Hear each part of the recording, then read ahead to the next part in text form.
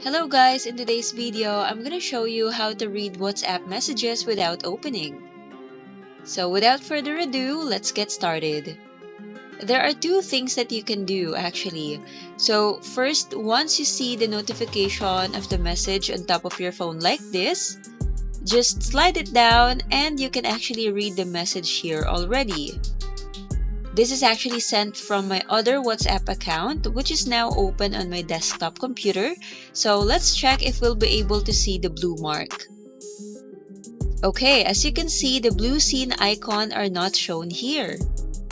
If it is just a short message, you can easily read the whole message just by doing the procedure I just mentioned. But if it is a long message and you want to read it entirely without your recipient knowing that you have already read it, all you have to do is again go to your WhatsApp, then tap on these three lines at the top right corner. Then tap on Settings. Then tap on Privacy. If you don't see the privacy option here, you may need to tap on the account option first. But since we can see the privacy option here, let's just tap on it. Then look for the Read Receipts option. Once you see it on like this, you just have to toggle it off.